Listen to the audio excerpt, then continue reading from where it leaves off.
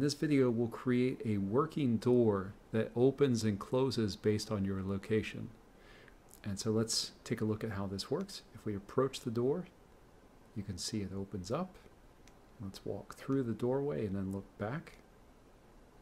And you can see, now that we're off to the side, it closes. So let's take a look at how this can be set up.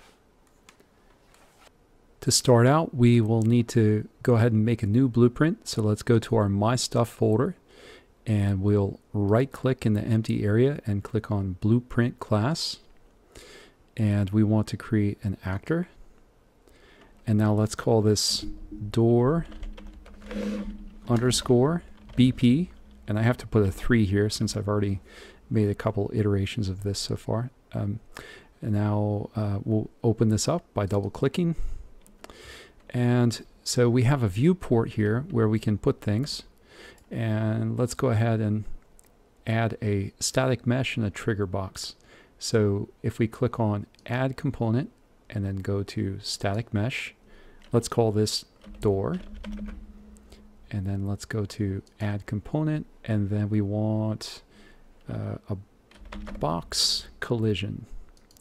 And let's just call this Trigger Box. Now, note that as I added that, it nested it under door. It made it so that the door is the parent to the trigger box. We don't really want it to be set up this way. Let's drag this up and put it on the default scene root. And we want to attach it to the default scene root.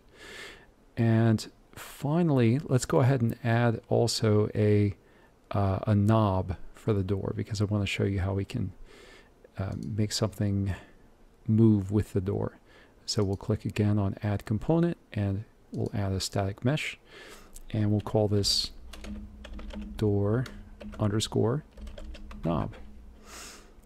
Now in this case, we do want the doorknob to be nested under door, so that it will move with it. Now we have to go out to our content browser, and we have to find the geometry that we want to use for the door and the doorknob. So let's go under our starter content folder, and we want to go to, let's see, architecture, and let's actually just use one of these simple walls. I'll pick the one that is 400 by 400, and the way that we get this to show up back here is we have to select door and then look over on the right hand side, and where static mesh is listed here, you can see that there's actually nothing currently selected. So with wall 400 by 400 selected out here, when we come back and click on the arrow, it uses that item in the blueprint. Now let's do the same thing for a doorknob. I'll select, let's see, I think we want to go to shapes. This is what I did last time. We'll just pick shape cube. And then if we go back in here with doorknob selected, if we click on the arrow, now this will apply. And let's go ahead and scale things to be somewhat proportional to how you would expect them to be in real life. So we'll, let's see, I think let's lock the scale first, and we'll set this to 0.5, and now we need it to be a little bit more narrow, so I'm going to unlock. And which of these do I have to change? I think it's this last one, 0.25. Nope, not that one. Oops. Let's see, 0.25. Why didn't it change that time? Oh, that must have changed the depth, so that was not it either. 0.5, 0.25, right, that's closer. Let's go with 0.2. I like that. Okay, so we've got a scale of 0.2, 0.5, 0.5. Okay, and I'm going to come down and let's scale this knob to be different too. I'll actually do this just with the widget. So by pushing R, we can start to move this around and move this up. Now the sphere here shows the point from which the door is going to rotate. So we want to put the knob on the opposite side. And that looks way too big right now.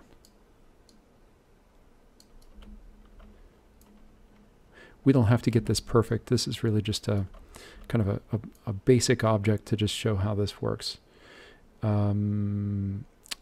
Right, and actually let's use a different material here just to get this to show up a little bit better. I'm going to change the doorknob to have the M basic floor material. Okay, and then let's also scale up the trigger box. This is the volume that will cause the door to open and close based on our location. So if we scale this up to be maybe a size about that, like this. Let me actually go to the top viewport so I can see what's going on.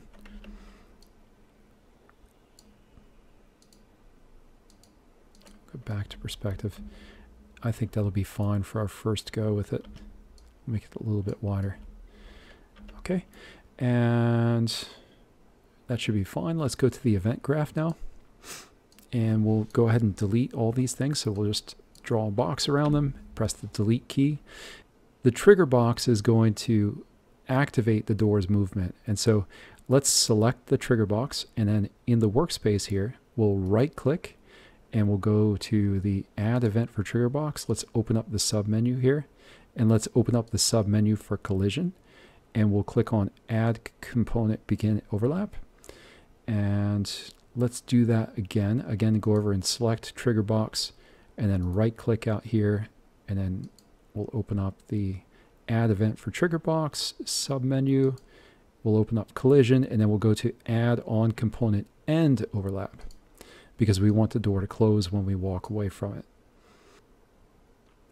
Now we need to tell Unreal Engine what item will cause the door to open and close. And in this case, we're going to use actually the motion controller. And so the way that we can do that is by dragging out a wire here. And we'll type in BP motion, and we want to cast to BP motion controller.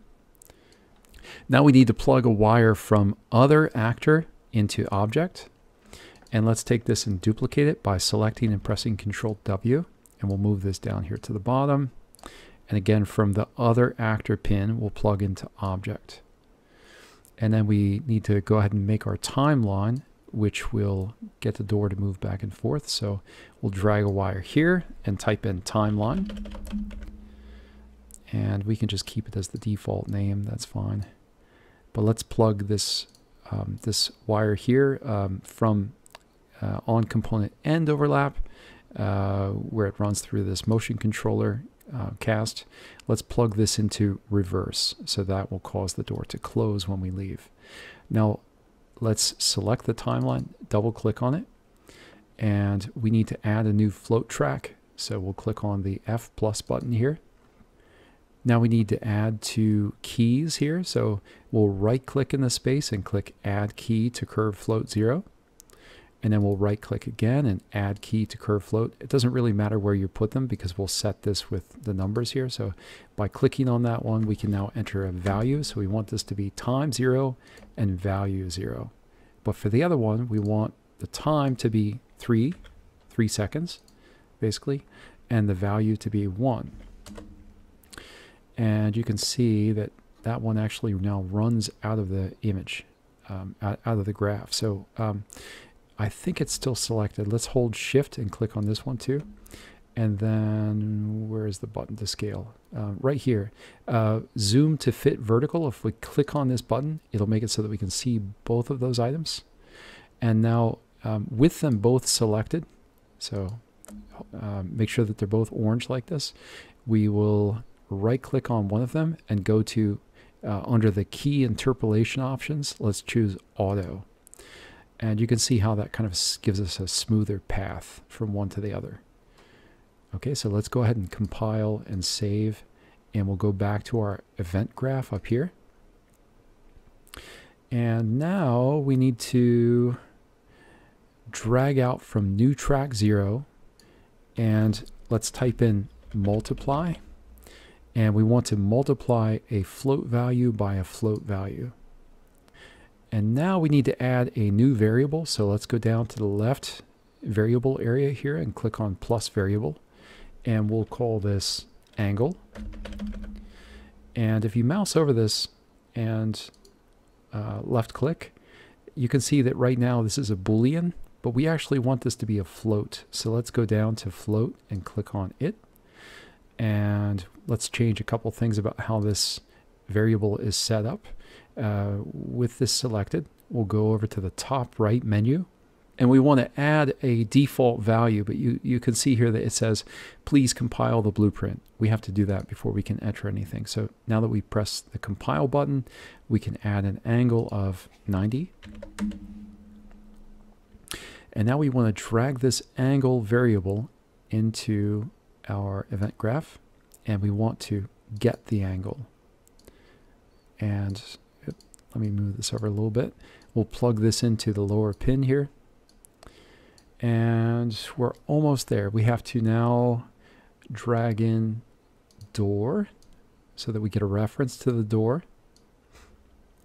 Now from door, we'll drag a wire and we'll type in set relative rotation.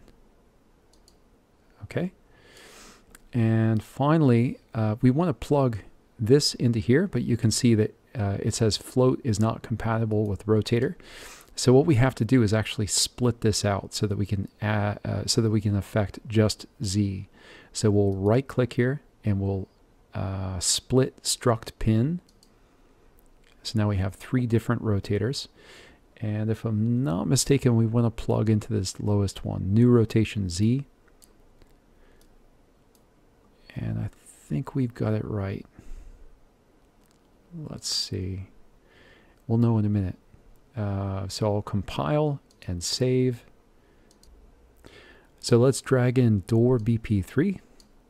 And I want to rotate this to be at the same angle as the other door and make it about the same scale. So let's change the rotation here to 90. And we'll move it over some.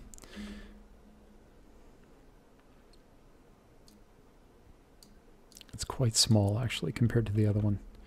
Let's make it a bit bigger. Let me lock the scale. I'll set this to 2.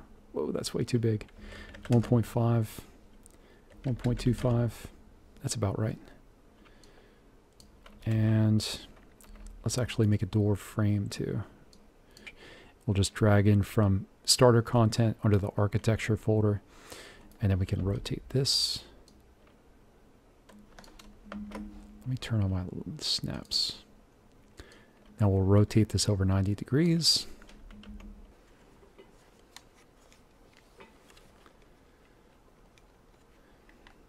And nothing's happening. I wonder what I did wrong.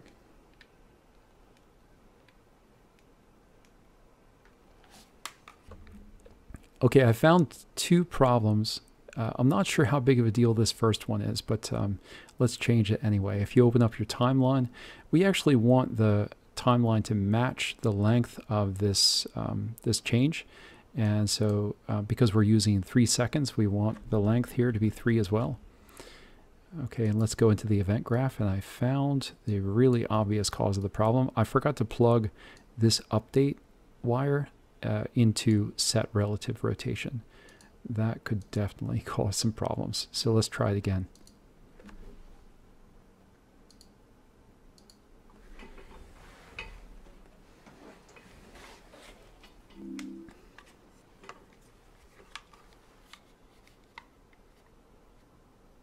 And it works. Let's go through and see if it closes correctly. Okay, great. So that's the whole process. But just in case you have any problems, I'll include a screenshot of how the blueprint looks so that you can use that for troubleshooting.